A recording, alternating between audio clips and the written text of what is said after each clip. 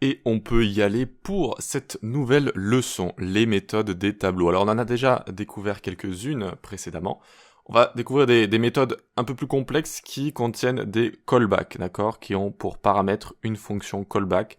Donc on va leur passer en argument des fonctions callback. Alors je vais ouvrir ça à côté, juste ici, voilà. On ouvre la console, ok, et on peut démarrer.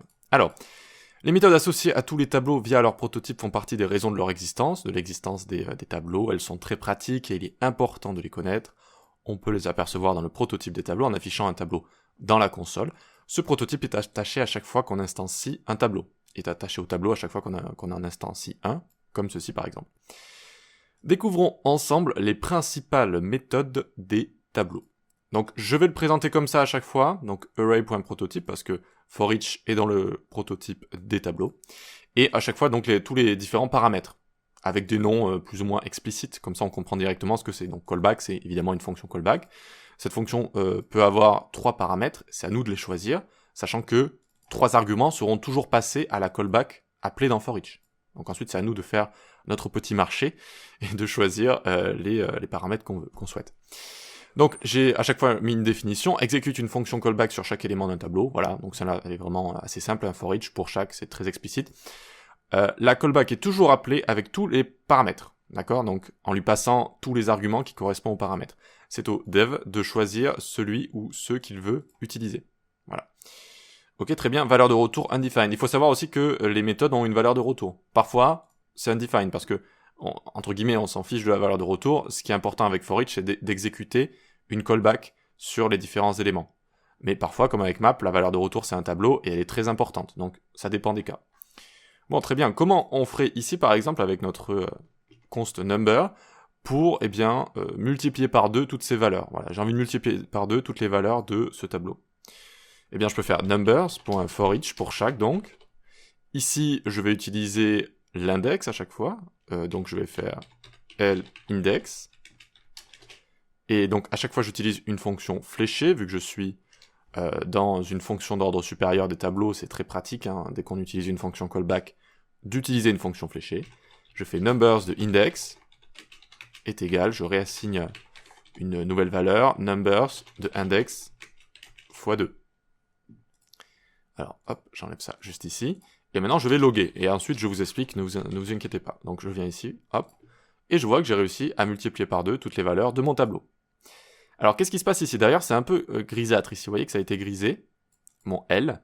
Et c'est normal, parce que je ne l'utilise pas. Néanmoins, j'ai envie d'utiliser index, qui est pratique. Donc, dans la méthode callback, ici, elle va tout le temps être appelée avec l'élément en question. On appelle ça la valeur courante. Ça va être exécuté sur chaque élément. Son index, donc 0, 1, 2, 3, etc. Et le tableau d'origine. Ici, on n'en a pas besoin. Donc, vu que j'ai besoin de l'index, mais pas des éléments, eh bien, je vais quand même prendre ici le paramètre L. C'est comme ça, c'est quelque chose de valide, si on a besoin de l'index, mais pas des éléments.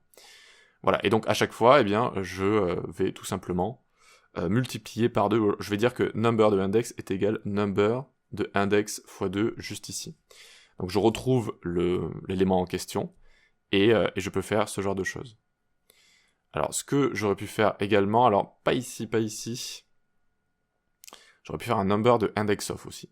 Donc ici, j'aurais pu faire également numbers index of L, mais ça aurait retourné le premier élément, donc ça n'aurait pas été totalement similaire, un peu moins flexible, j'ai envie de dire, si jamais il y avait des chiffres similaires. Donc non, c'est très bien comme ça, c'est très bien comme ça.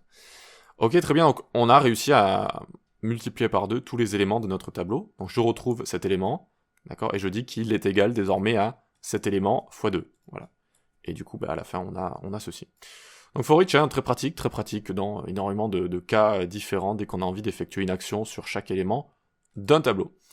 Ensuite, array.prototype.map. Celle-ci aussi est très importante, vraiment très importante.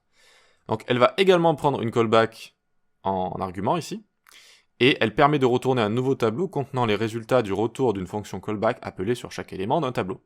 Donc cette fois, ça retourne un nouveau tableau.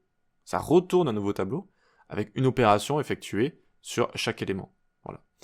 Donc, par exemple, j'ai people ici avec 3 personnes, ce sont des objets, et j'ai envie de retourner un tableau avec le nom des différentes personnes. Donc je vais faire const names est égal le retour de people.map. Et donc, valeur courante pour chaque people, je retourne people.name. Et je n'ai plus qu'à loguer ça pour voir si ça fonctionne. Et là, j'ai bien un tableau Pedro, Sarah, Maria. Ok, je vois que ça fonctionne. Donc, notez bien ici que je fais un est égal, j'assigne l'expression de retour de la méthode map dans names. Qu'est-ce que retourne la méthode map? Un nouveau tableau. La méthode map est très utilisée avec les frameworks JS. Donc, il faut vraiment tout de suite comprendre que ça retourne un tableau. Il faut aussi tout de suite comprendre que on n'utilise pas map pour juste faire une exécution sur des éléments d'un tableau. Oui, ça va être exécuté sur chaque élément d'un tableau, donc potentiellement on pourrait l'utiliser comme for each, mais for each est là pour ça. Map, c'est seulement si on utilise un tableau qui va contenir tous les retours juste ici. Et donc ce tableau, parlons-en, il va contenir tous les retours. Ici, je return people.name. Donc dans mon nouveau tableau, je return à chaque fois Pedro, Sarah, Maria. Ici, je peux retourner l'âge, je peux retourner, voilà. Je peux retourner tout ce que je veux après, d'accord? Mais il faut vraiment comprendre ce retour de tableau, et il va contenir à chaque fois le retour de cette fonction callback. Ok, très bien. Et puis ensuite, on va voir filter, qui est également une méthode très utilisée. Là, vraiment, cette leçon, ces trois méthodes, il faut les maîtriser. Hein. Il faut vraiment les connaître et les maîtriser. Donc filter, ça peut être un peu complexe au début, mais vous allez vous y faire également. Donc, ça prend également un callback ici, c'est pareil, valeur courante, index, array. Mais la valeur de retour, ça va être un nouveau tableau contenant les éléments ayant passé le test de la retour de la fonction callback. Si la fonction return true, retourne true, on garde l'élément dans le tableau retourné, sinon on l'ignore. Permet de filtrer les éléments d'un tableau. Ok. Donc on a une équipe de basket et on a envie de filtrer seulement les joueurs qui font plus d'1m80, par exemple. Ok? Et les retourner dans un nouveau tableau. Bon, là on a juste les tailles, mais imaginons qu'on ait aussi les joueurs. Donc on va mettre const above 180 comme ça, par exemple, est égal height.filter, la méthode filter. Ici maintenant, ça attend une fonction callback, donc je lui passe. La valeur courante, à chaque fois, ça va être les tailles, donc j'appelle ça height. Et je return, c'est là que je mets ma condition, les height qui sont supérieurs à 180, strictement supérieurs à 180. Ok? Et donc là, je peux loguer ensuite above 180, et j'ai bien toutes les tailles qui sont juste ici. Voilà. Donc on dit que, ici, notez bien, un tableau contenant les éléments ayant passé le test de la retour de la fonction callback. Donc là, entre guillemets, il y a une condition ici. Je vais retourner seulement les éléments, les hauteurs, qui sont supérieurs à 180. Donc en fait, voilà, encore une fois, imaginez filter hein, qui fait une boucle, si vous voulez, et qui va boucler à travers tout ça. Et à chaque fois, elle va utiliser cette fonction callback. D'accord, elle va faire if cette fonction callback est true, alors je retourne la valeur courante dans mon nouveau tableau. Sinon, non. Et ça permet donc de filtrer. Voilà, ça permet de filtrer. Si ça retourne true, je place la valeur courante dans mon nouveau tableau. Et voilà, donc filter, on avait créé cette fonction. Rappelez-vous, on avait créé une fonction custom filter, et donc c'était strictement la même chose. Voilà. Sauf que filter est directement appelé sur tous les tableaux, donc on n'a pas besoin de lui placer ici le tableau, on lui passe juste la callback. Et voilà. Et donc, évidemment, le côté pratique de ces méthodes, notamment ici, c'est d'avoir une fonction d'ordre supérieur. C'est-à-dire que certes, je peux faire above 180, mais aussi 190 par exemple. Hop, hop, et donc je peux avoir 190 juste ici. Je peux faire plein de tests différents avec la même méthode en fait. Et là, je vois que j'ai seulement les tailles qui sont supérieures à 190.